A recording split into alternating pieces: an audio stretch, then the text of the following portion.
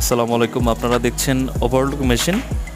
Overlook মেশিনকে আপনার professionally বা formally overlook industrial sewing মেশিনও বলা হয়। এই মেশিনের কাজ হলো আর্মহোলের যেই এক্সট্রা যে অ্যালাউন্সটা থাকে 1 সেন্টিমিটারের মতো, সেটার যেই এপাশে এলোমেলো ওপাশে এলোমেলো হয়ে থাকে, সেই এলোমেলো ভাবটাকে দূর করার জন্য একভাবে এটাকে ক্লোজ করা হয়, এটাকে লক করা হয়, যাতে করে স্লিপ বডির সাথে জয়েন করার পরে যেই ফিনিশিংটা হয় সেই ফিনিশিংটা সুন্দর হয়। এভাবে সুন্দর করে কেটে ফেলা হয়।